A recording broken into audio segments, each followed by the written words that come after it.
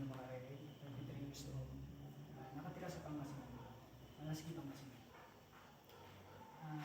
Unang kwento ko po ay, nung bata ako po daw ay hindi talaga magbubuhay. Kasi pinanganak po ako ng premature. Bali ang sabi ng amin naman na parang isang linggo lang daw bago panganak. Tapos lumabas ako, parang 8 months. Sabi nila walang magbubuhay ng 8 months. Kaya lagi daw ako sa hospital, nire-reject na lang ng doktor kasi laging hospital daw ako pinupunta. Sabi ng doktor, huwag mo na po hospital kasi mga daw. Pero hindi sumuko sa namin. Hanggang yun, gumaling ako. Tapos, pinalayas kami dun sa probinsya ni nanay kasi nag-aaway yung magkapatid, si mama ko at si dito ko kasi dahil minsan ang ginagawa ni dito ko noon, yung nagtatanim sila ng mga bakwan, pinapaapak mo sa mga kabayo para masira. Dahil doon, nag-aaway na sila, nagsusuntukan, nag-arambol sila, kaya nagdesisyon si lolo at lola na kami yung paalisin sa probinsya na sa Balipangasin. Tapos nung dumating kami sa Malasiki, wala kami talagang lupa at bahay. Kung sa dati yung pinadala yung bahay, mga materialis, no. Yung galing sa Balipangasin, dinala yung materialis ng mga bahay. Basta sila tumira, nakilupa lang para may matirahan ng kami. Doon, nag-umpisa lahat. Si tatay ko kasi, hindi siya mabuti din siya. Sinabi ko naman, nakatapos lang ng high school, pero naging housewife na po siya. Hindi siya nagpalibag ng trabaho. Tapos doon, si tatay, magbubuti, tapos nag-ship siya ng nag-produce. Year 2000, doon naman siya pumangat. Ewan ko ano nangyari, sabi nila binangon. Pero, bago po nangyari yun, gabi, nakita si tatay na umakit sa may hagdan na kape. Pero, pinaumagahan nun, may pumunta sa amin ng teacher na kung sa kapatid ko na trabaho niya, sinabi niya na patay sa tatay. Binangon na. Pero, nung pag-uwi, kasi ako lang talaga yung nakakita yun. Mga kapatid ko ayaw talaga nila makita. Natatakot sila. Parang may tali na nakapaligid sa leg niya. Kaya, duda ako noon na binangon kasi may baka ng tali. Kaya ako kung mga lasing yung mga kasama niya, mga lasing na, magdalang kung sino ginawa. Pero ang sabi nila noon na binangon ka. Kaya yung struggle din namin sa buhay namin, kasi yung pinaka-main na source ng income na nagpo-provide, tayo. Kaya, ang nangyari nun, yung kuya kong panganay, yung pag-graduate ng high school, automatic, nag-ano siya ng trabaho, bukod Diyos din. Yung kuya kong sumunod sa kanya, bukod Diyos din. Tapos yung elementary nakakatapos lang, naubigyan na po siya ng trabaho, bukod Diyos din. Kaya yung mga naiwan, yung nagpatuloy ng pag-aaral ng babae, kasi dito po kami na pangimang. Yung nangyari naman, si nanay, nakikilian ng Osaka, magbubulot ng palay. Mga kapatid ko nagtatrabaho sa ibang lugar para mag-produce. Kaya yung naging income namin, yung pagpipila ng buko, hanggang na ako rin, may time pa na talaga na hindi na ako nag-aaral kasi kailangan magpunda. Dahil ang alam ko noon, yun lang talaga yung pinaka-source. Kahit yung pag-aaral ka man noon, bali, nasa utak din namin yun na mas maganda mong trabaho kaysa mag-aaral kasi may pera. Yun ang nakatanim sa utak ko na hindi ko iniisip kasi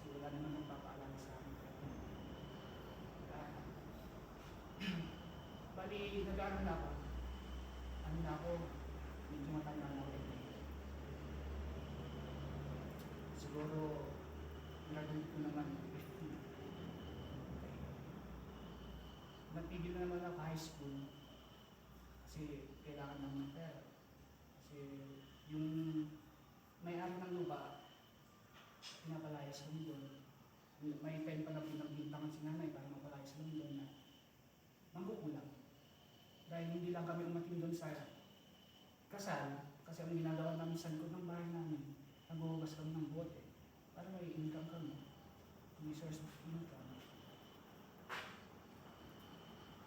Tapos yung time na wala kami natirahan sa bangko,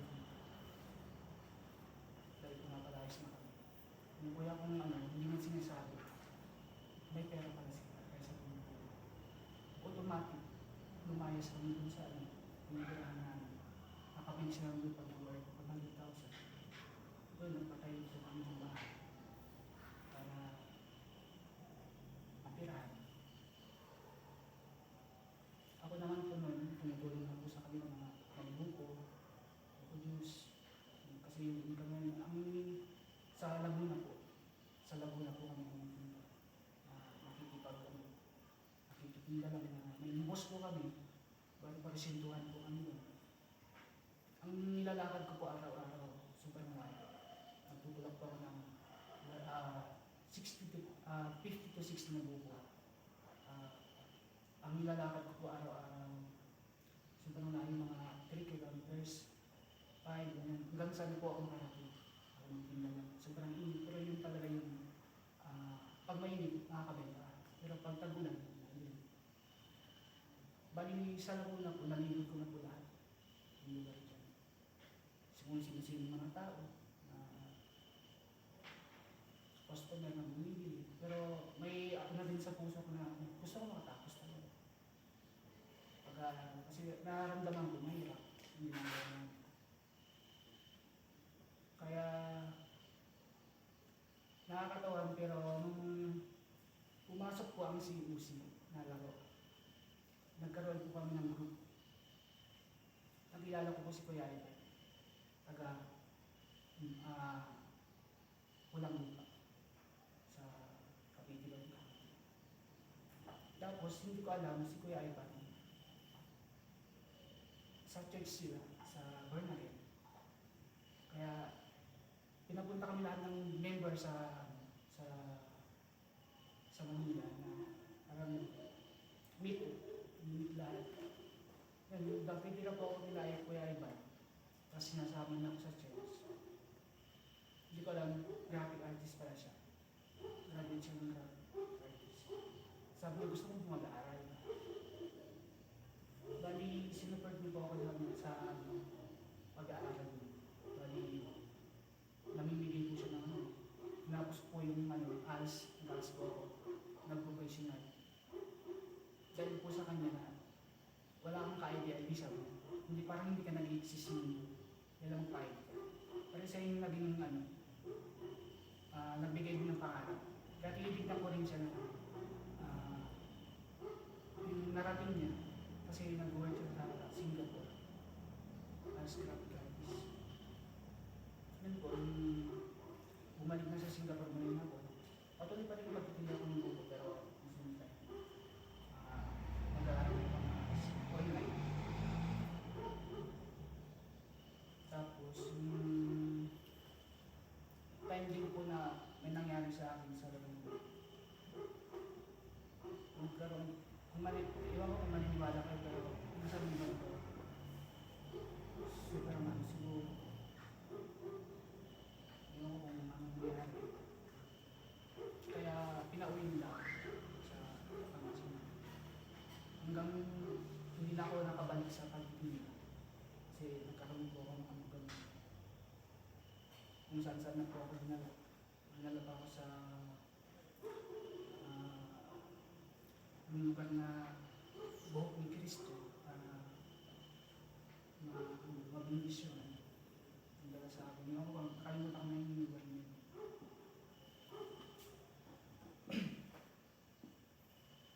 Nagkaroon po ako ng matinding nadidepress na ako kasi lagi sumasakit yung ulo ko. May time na pagkagaling mo sa ALS, nagsusuka ako sa daan kasi ewan ko kung malala yung acid reflux ko na naman. Sobrang lala.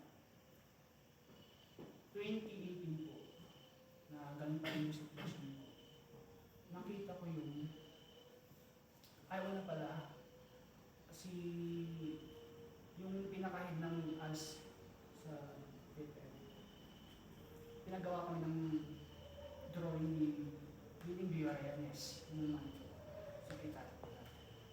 Dinala kasi nila dun sa marunong naman ako akong drawing.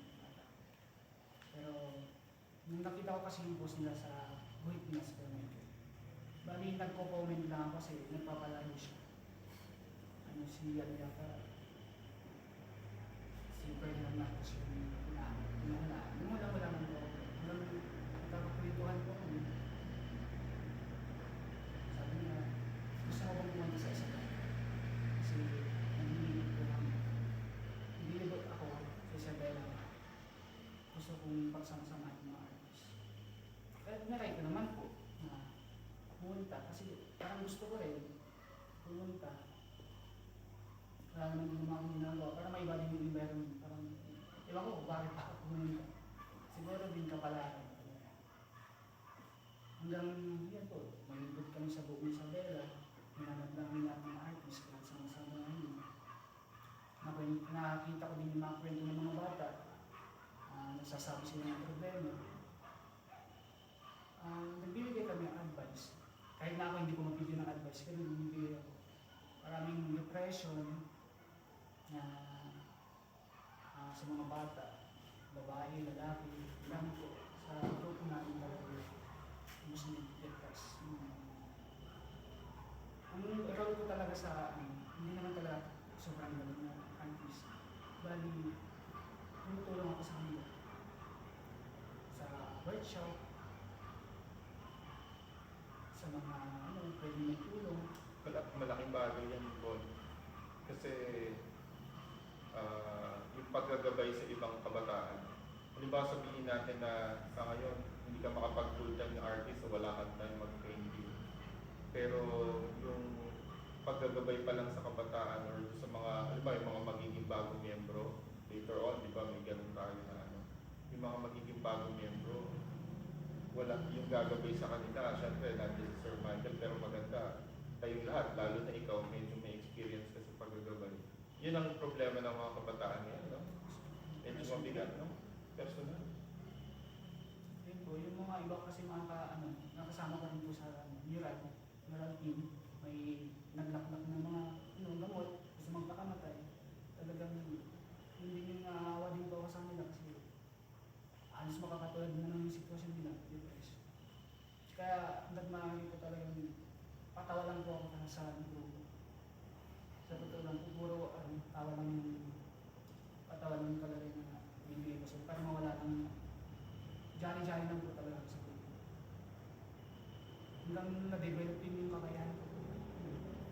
Nag-aabos ngayon po ako, color pencil. Kasi nakikita ko yung mga kasama ko, hindi ko kailangan ako. Kaya baka nandun yung calling mo sa paggagabay paggagabay at guidance na, diba? Kasi sabi mo nga, naranasan mo rin yun, diba? Yung pinagdadaanan nila, ibig sabihin may empathy ka, may pagkilala mo sa kaya kayo yung makakagabay.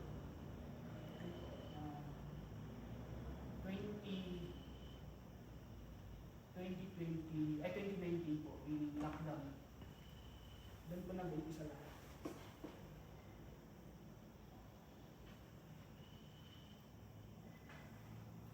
Doon po nag-umpisa lahat yung COVID po. Nag-umpisa lahat. Kaya na-lockdown. Pero dahil din po doon, nagkaroon po kami ng project sa Kawayan. Yung project po ng mural, Sports Olympics. Doon po, napagsama-sama yung artist. Yeah. Nasama ko din yung pinsan ko dito sa Galang Presidente na natuto din magpinta. 2020 yung baka yung medyo maluwag na po yung lockdown. Pero mayroon pa rin. Ang ginawa ko po dun sa bahay, kasi may pera naman po, pinaganda ko siya. Siguro ang naiinom kong kape sa isang araw, isang dosen. Kasi hanggang umabot na po ako ng alas 3, kumalang para tapusin kasi babalik po ako minsan.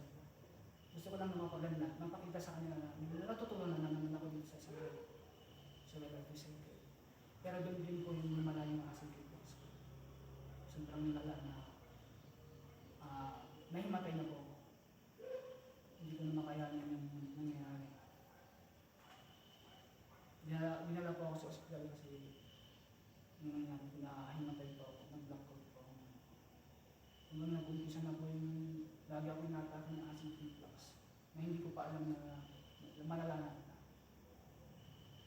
2023, bumalik po ako ng Isabel, pero kasi yun nga, gusto ko na mapagawa. Hindi ko makakita.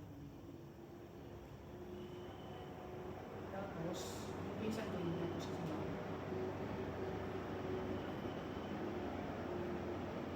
Nag-uumpisa po yung sobrang lala na minsan hindi ako makahinga. Sobrang lala ang asin ko. Nakapunta na ako sa ibang hospital kasama si Kenya. Naano na rin ba ako na siya yung tungtulong sa akin. Sila ko yung parang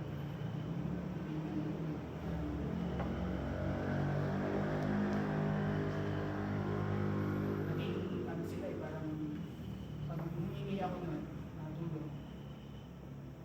Medyo may galit. Alam ko naman yun kasi pinasok ko naman sa sitwasyon.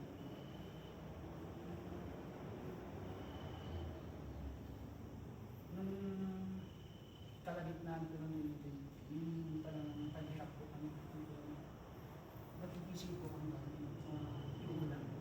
Ayos tama ko kami sa Magkasama kayo sa bahay? si ano din may mga alis na at hindi sa mga yun po yung palala yung asip ko hanggang umuwi ako.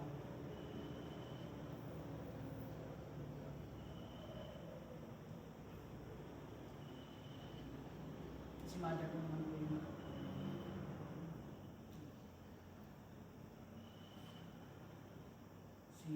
ko naman po yung nagkaroon ko ng asthma, sobrang lala. Lagi nang pinapacheck up. Kaya nagkakaroon na lang ako ng panic attack na pag nakaamoy ko yung pinapahin niya sa inom niya, white flower, natatakot na ako. Nung sa dumating sa time na pinapunta si Rami para endoscopy ako. Nabenta rin po yung painting ko niya, kaya may GC. Yun yung ginamit ko na travel.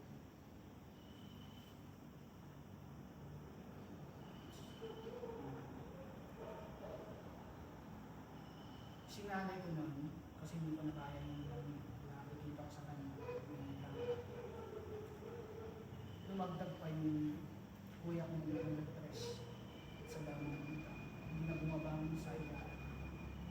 Laging tumatawag kay namin, pati sa akin na nag-aawa sila ng asawa. Nagdadamag lang kasi nag-stress kami. Nag-iitakan sila. Ang anak niya gusto niya itapin. Sa depression niya. Isang buwan din na ganun yung sitwasyon dahil silang walang para. Naipon siguro sa akin. Lalo mo nag-trailer yung makasing papers. Yan, dinala ko ulit si Kuya Mike sa isang bayan. Lahat ng hospital niya, napunahan ko na. Sa 2024 ko, nakatay yung pinsan ko na hindi naman sa pati yung pinsan ko namatay, sumunod ko ang una pala si Kuya Ivan na tumulong sa namatay noong 2024. Kaya nalungkot din po ako kasi isa sa mga tumulong sa atin. Tapos sumunod po yung pinsan ko na katulus ko rin pala. Namatay din po siya. Halos magkasunod din po yung tawag. Nakasama din po niya. Kaya siguro nadagdagan talaga yung ano. Kasi yung mga taong Kinikilala ko yung nanay ko. Tapos yun, sumunod na yung pangyayari, sinanay namin ng ospital.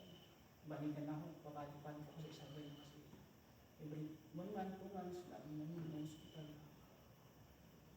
Naka 7 times na po kami, iba't ibang ospital yung po namin. Ditong last po talaga, mas po talaga. Ano naman siya, right.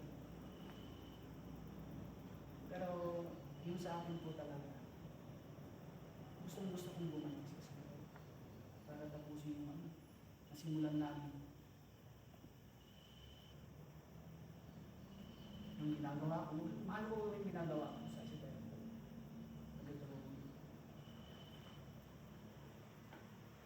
Manis ko makakasama ko yun. Yung art ko sa akin talaga, siya yung nagbibigay ng parang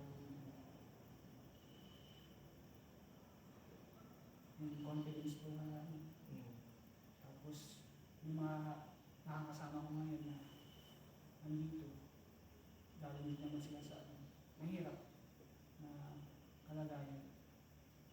Gusto ko rin po na talaga na makasama din sila para na-guide din sila. Pero sa akin talaga yung problema din ako, hindi ko maayos yung sarili. Ngayon na parang nakikita ko okay nga sila eh. Kaya sabi ko, kahit hindi man ako makapunta, at least nakikita ko na okay na sila. Kasi noon talaga, so, ang sitwasyon namin ko ay talagang naghirap ko kami. Nangingisip ko kami araw-araw. Nangingisip ko kami sa inyo. Para makasurvive lang ako. Ayaw ko siyang iwan nun kasi parang ano ko ano naman parang wala ka namang kwenta. Iwan mo sa sitwasyon na lang. Nung naka-accident po kasi noon na nasa ulo ko siya naman.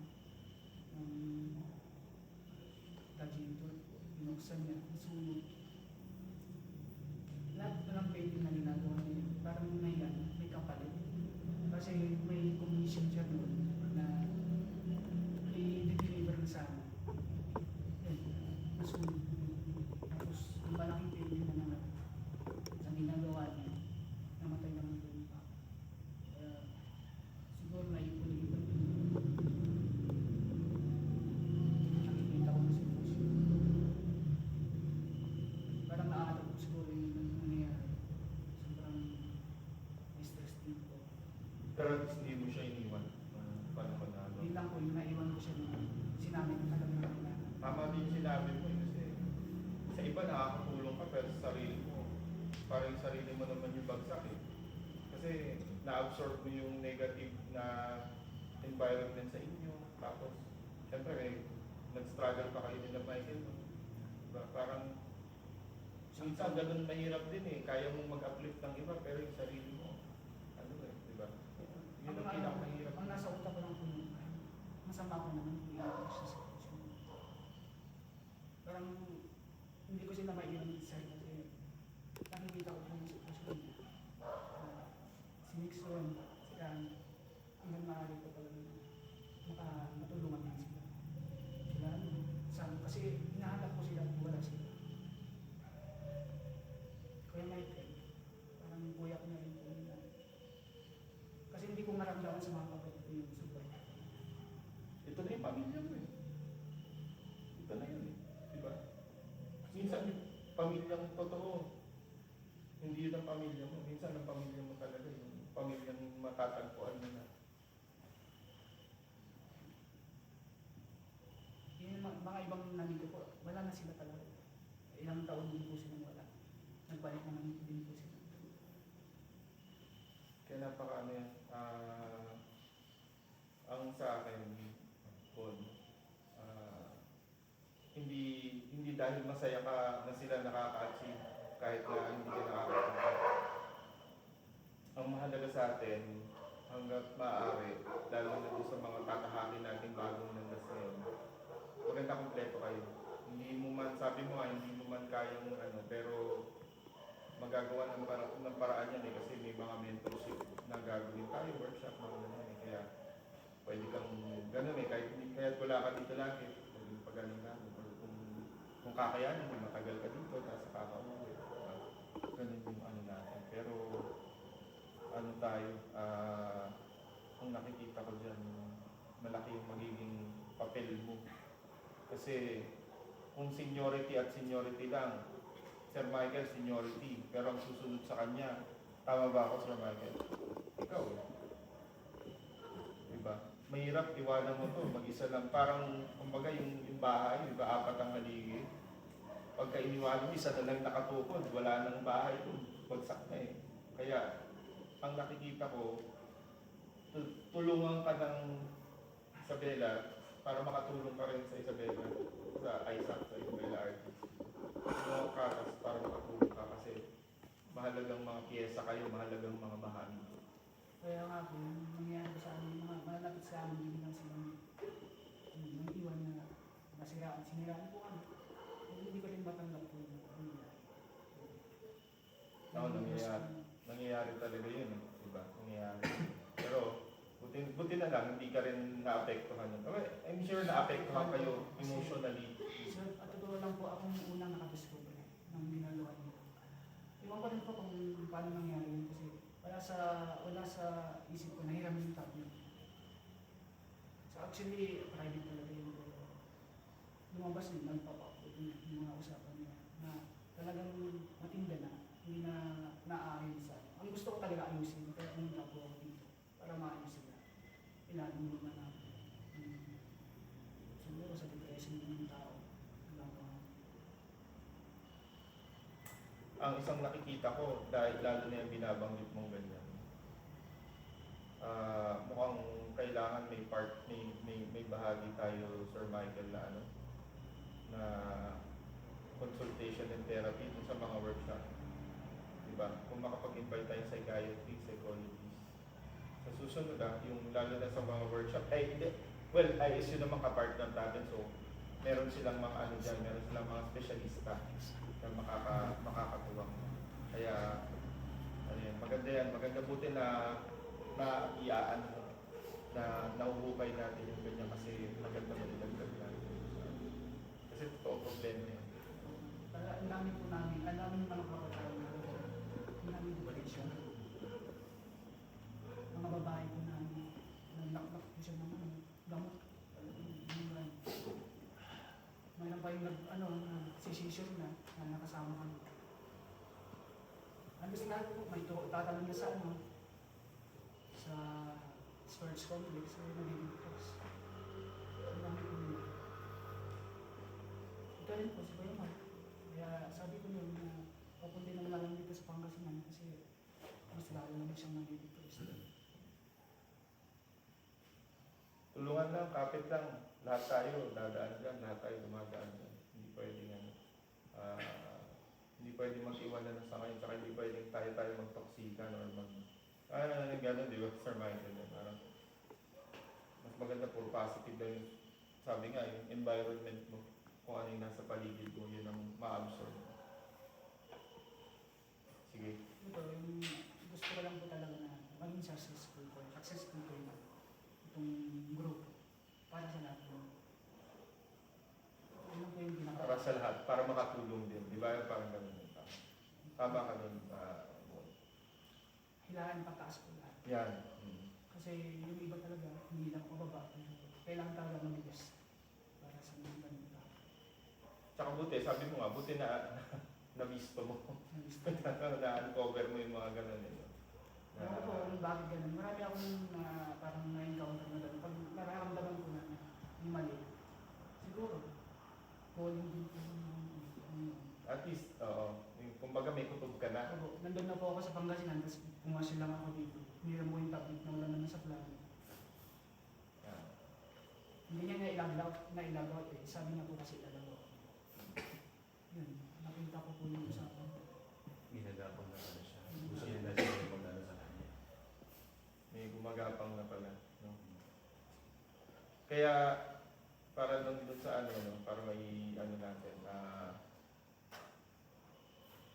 yung tulong na kayang gawin, magagawa ng organization ay magpaangat pa, diba? Magpaangat pa ng hindi lang sa achievement ang mas mahalaga hindi ito tsaka hindi ito. Diba? Yung puso at saka yung isip. Makatulong tayo. Ano masasabi mo nun? Pang-sarang. Yun lang po, magtulungan. Magtulungan, tiyaga lang. Darating din tayo sa ano natin goal. Maging ano lang, tapat lang, wag lang kung nahihirapan susubo na. Ano, iangat mo ng sarili. Maraming salamat, Juan.